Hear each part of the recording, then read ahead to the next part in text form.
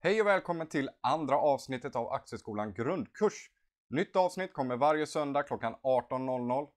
Ifall du inte har sett första avsnittet, gör gärna det. Detta är nämligen en sammanhängande kurs som går från A till Ö för dig som vill börja eller som precis har börjat spara i aktier och fonder. Idag ska jag prata om vad är börsen egentligen för något? Vad är skillnaden mellan de olika börserna och när är de öppna för handel?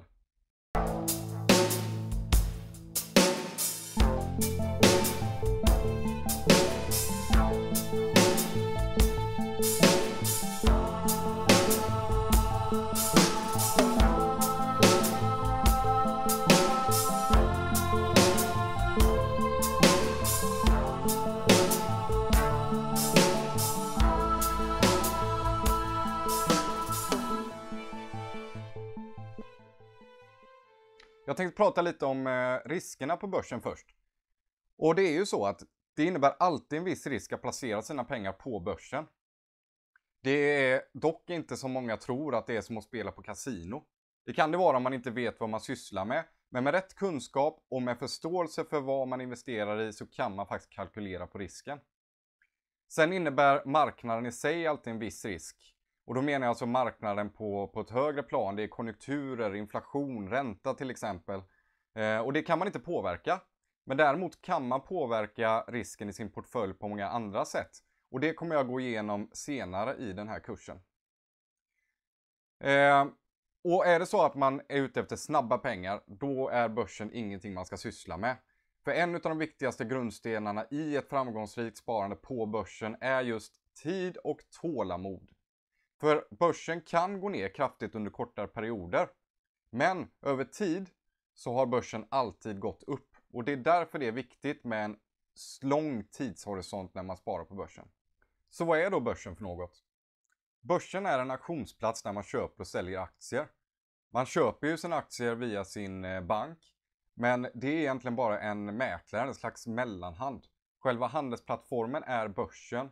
Och det är där som bolagen noterar sina aktier för handel. Vi har framförallt två börser i Sverige. Det är Nasdaq, även kallad Stockholmsbörsen. Och det är NGM, Nordic Growth Market. Och när man bedriver börsverksamhet i Sverige så har man oerhört stora krav på sig från Finansinspektionen. Och det är för att vi som handlar med aktier ska kunna känna oss trygga. Men vi har också tre mindre börser i Sverige som kallas för MTF:er. Syftet med MTF:er är att ge mindre bolag möjligheten att börsnotera sig.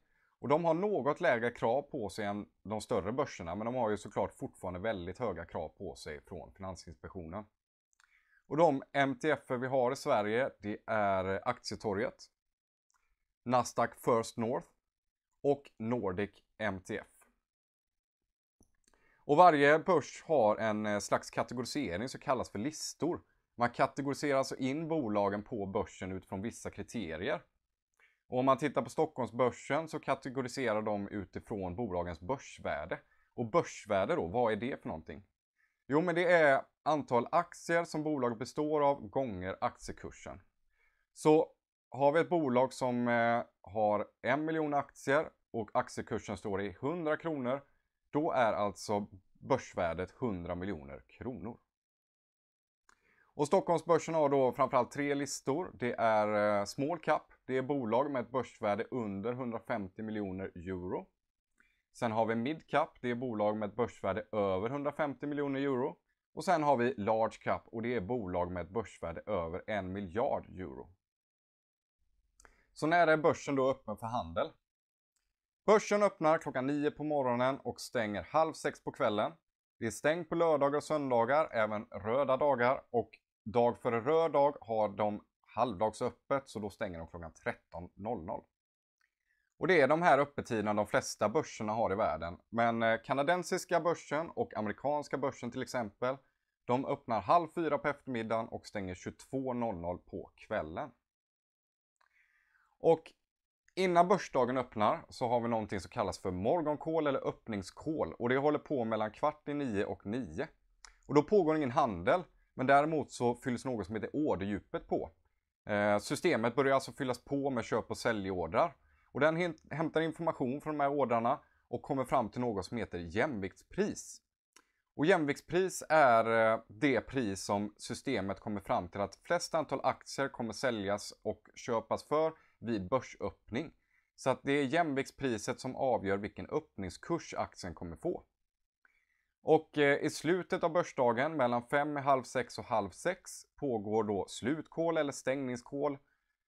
Och det funkar på liknande sätt. Systemet samlar in information från de köp- och säljordrar som ligger inne och kommer ytterligare en gång fram till ett jämviktspris. Men den här gången avgör jämviktspriset aktiens stängningskurs istället.